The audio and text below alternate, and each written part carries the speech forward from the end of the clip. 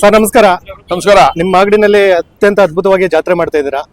So ಏನ್ ಅನ್ಸ್ತಾ ಇದೆ ನಿಮ್ಗೆ? ನಾವು ಮಾಡ್ತಾ ಇಲ್ಲ, ಜನ ಮಾಡ್ತಾವ್ರೆ ಜಾತ್ರೆ. ನಾವು ಭಾಗವಹಿಸಿದೀವಿ ಅಷ್ಟೇ ಜಾತ್ರೆನಲ್ಲಿ. ನಿಮ್ ಸಪೋರ್ಟ್ ಎಲ್ಲ ಬಹಳ ವರ್ಷಗಳಿಂದ ನಡ್ಕೊಂಡ್ ಬಂದಿರತಕ್ಕಂಥ ಜಾತ್ರೆ, ದನಗಳ ಜಾತ್ರೆ, ಬಹಳ ಹೆಸರುವಾಸಿ ಆಗಿರ್ತಕ್ಕಂಥದ್ದು.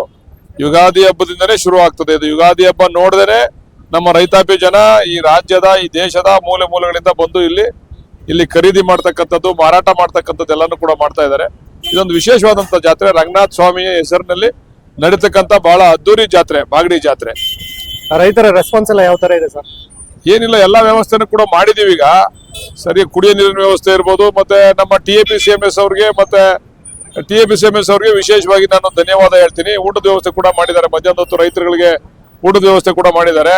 ಈಗ ಗ್ಯಾಸಿನ ಅಭಾವದಿಂದ ಹೋಟ್ಲುಗಳು ಕೂಡ ಸರಿಯಾಗಿ ನಡೀತಾ ಇಲ್ಲ. ಇಂಥ ಸಂದರ್ಭದಲ್ಲಿ TAPCMS ನವರು ಬಹಳ ವಿಶೇಷವಾದಂತ ಹೆಜ್ಜೆ ಇಟ್ಟು ಒಳ್ಳೆ ಕೆಲಸವನ್ನ ಮಾಡಿದ್ದಾರೆ.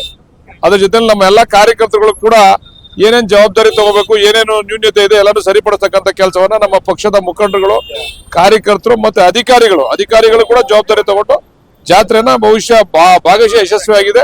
ಇನ್ನು 2 ದಿವಸ ನಡೆದ್ರೆ ಸಂಪೂರ್ಣವಾಗಿ ಯಶಸ್ವಿ ಆಗ್ತದೆ. ಉತ್ತಮ ರಾಸುಗಳಿಗೆ ಬಹುಮಾನ ಕೊಡಬೇಕು ಅಂತ ಹೇಳಿ ತೀರ್ಮಾನ ಮಾಡಿದ್ದೀವಿ. ನಮ್ಮ ರೈತ ಮುಖಂಡರಾದಂತ ಜುಟ್ಟಳ್ಳಿ ಜಯರಾಮ್ರವರ ನೇತೃತ್ವದಲ್ಲಿ ಬಹುಶಃ ಅವರ ಅಧಿಕಾರಿಗಳನ್ನ ಒಡಗೂಡ್ಕೊಂಡು ಇವತ್ತು ಉತ್ತಮ ರಾಸುಗಳನ್ನ ಪಟ್ಟಿಯನ್ನ ನಾಳೆ ಮಾಡ್ತಾರೆ, ಫೈನಲ್ ಮಾಡ್ತಾರೆ. ಅವರು ನಮ್ಮ ಯಾರೋ ಹೊರಗಡೆ ಅವ್ರ ಸ್ನೇಹಿತರು ಚಿನ್ನದ ಪದಕವನ್ನು ಕೂಡ ಕೊಡ್ತಾ ಇದ್ದಾರೆ, ಚಿನ್ನ ಮತ್ತೆ ಬೆಳ್ಳಿ ಪದಕನ. ನಾನು ಕ್ಯಾಶ್ ಪ್ರೈಸ್ ಅನ್ನು ಅನೌನ್ಸ್ ಮಾಡಿದ್ದೀನಿ. ಅವ್ರು ಎಷ್ಟು ಹೇಳ್ತಾರೆ ಕ್ಯಾಶ್ ಪ್ರೈಸ್ ಅಷ್ಟನ್ನು ಕೊಡ್ತೀನಿ. Thank you.